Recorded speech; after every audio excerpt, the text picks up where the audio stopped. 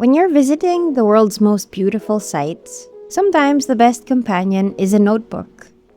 Join me as I showcase my travel journal in action, chasing one of Japan's most beautiful castles and ending the day on a mountaintop in Kobe, the perfect day trip from Osaka or Kyoto.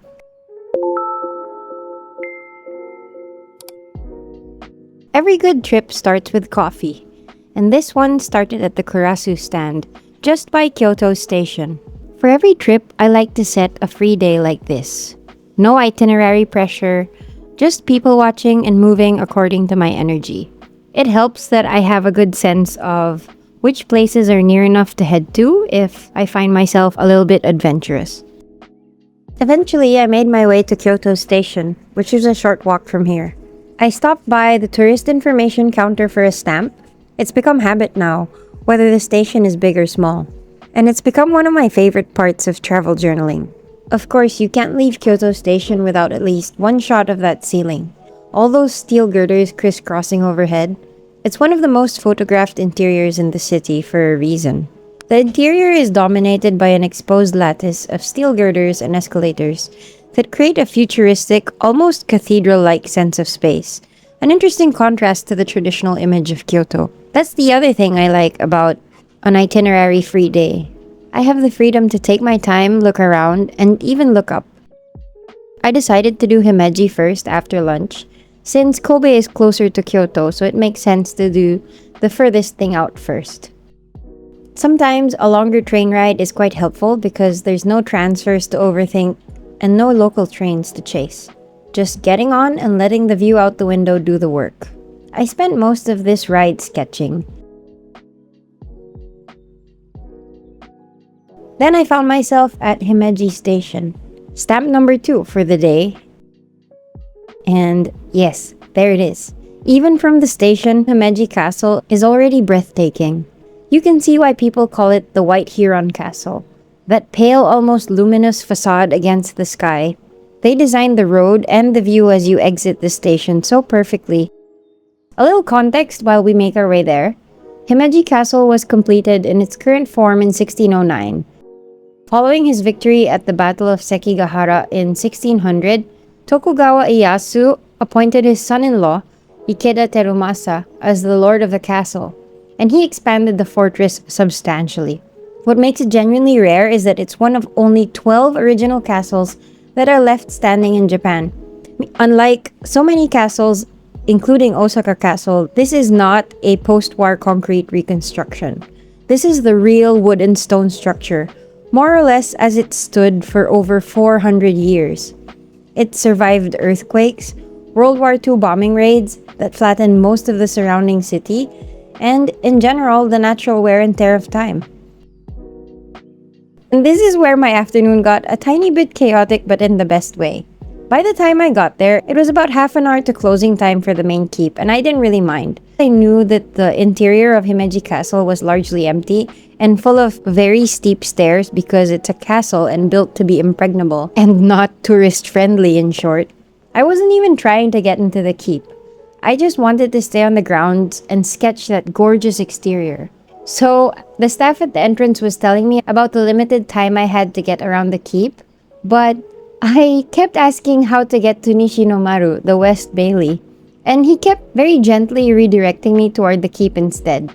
We had a whole back and forth that I'm sure looked very funny from the outside, him pointing one way and me asking about the other. Eventually, I just took the plastic bag that they hand out for your shoes if you enter the keep, and it was a good thing too because I eventually needed it. I was able to find a bench in the West Bailey, which is supposed to be one of the better spots for sketching. About 10 minutes in, a kindly older guard came by and told me that in order to sketch on site, I needed to sign a waiver at the office, promising not to deface anything. It's a sweet rule and very on brand for a national treasure, but the thing is the office was already closed. So I took that as a little nudge from the universe, fully unplanned, to go into the keep, and I don't regret it.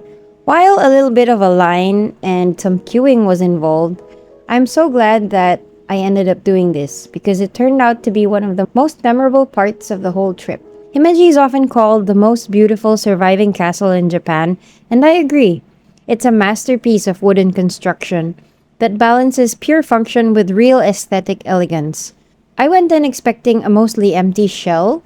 A building preserved in its original state usually means bare walls and not much to look at. I was wrong.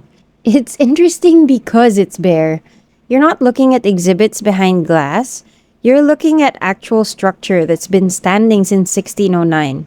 The stairs are no joke, by the way, steep, narrow, and almost ladder-like in places, which makes sense when you consider that this building was designed as a fortress first.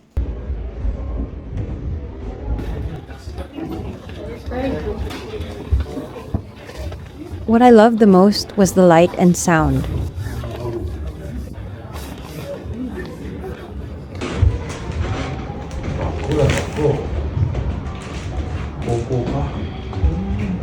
I hope my humble video does a good job of illustrating what it's like.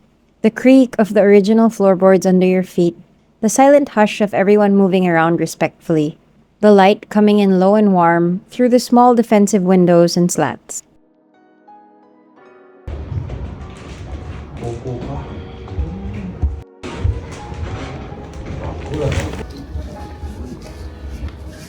Every angle has a detail you don't expect. There's a loophole for arrows, a chute for dropping stones on attackers, and a beam joint that I stared at for probably too long because it's been holding for 4 centuries. I was in the queue with several other photographers though, so I wasn't alone in staring at random corners where the light hits just right for a few minutes too long. I said my goodbyes eventually to the castle with one last wide shot. It really doesn't translate on camera just how massive this complex actually is. The grounds alone are a great place to train if you need several kilometers to be run. And then it was back to Himeji station and a short train to Kobe. From Shin-Kobe station, it's barely a 5-minute walk to the base of my next stop, which was Kobe's Herb Garden Ropeway. The ropeway up to Kobe's Nunobiki Herb Garden was enough to make me feel that the trip was worth it. About 10 minutes of gliding above the forest, by the time you get to the upper reaches, there's a real Jurassic Park quality to it. Because I did this trip later in the day, I'd arrived at Kobe towards sunset. That turned out to be quite a lucky thing. As the green canopy unrolled beneath me, the city slowly opened up with the pink hues of the sky in the distance.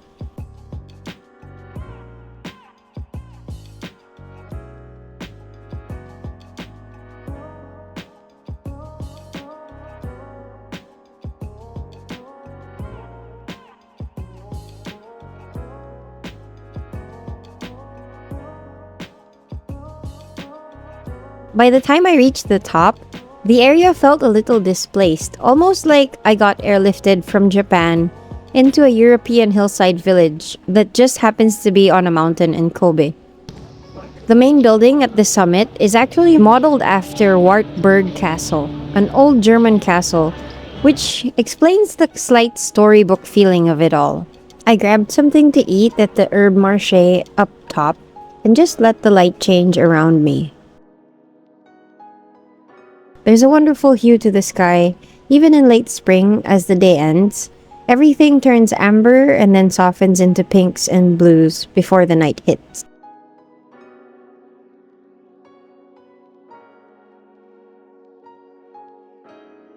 As this transition was happening, it was helped along by a simple light show playing against the European-style building.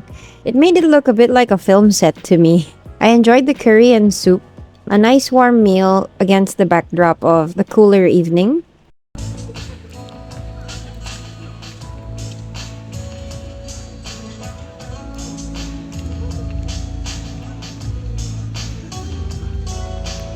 The Nunobiki herb gardens are home to a variety of sprawling gardens that each have their own central theme, as well as a glass house that has dining options, but on this evening they'd already been closed.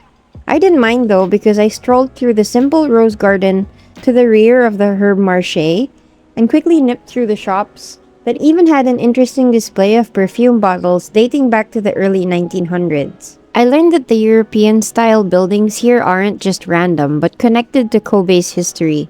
When Japan reopened to foreign trade in around the 1800s, Kobe became one of the first ports open to the world.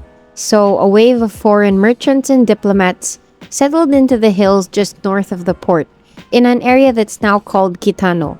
The homes that were built there were in the styles of their home countries, British, German, French, and over 100 of those houses called Ijinkan are still standing today as a walkable, slightly time-warped neighborhood. It's a big part of why Kobe feels quite interesting to me compared to anywhere else in Japan. The port city nature of it also brings an east meets west character that never really left. And then it was full nighttime. The skyline lit up below, and somehow, completely unplanned, there were fireworks. I'm not sure what they were for, but I appreciated them anyway.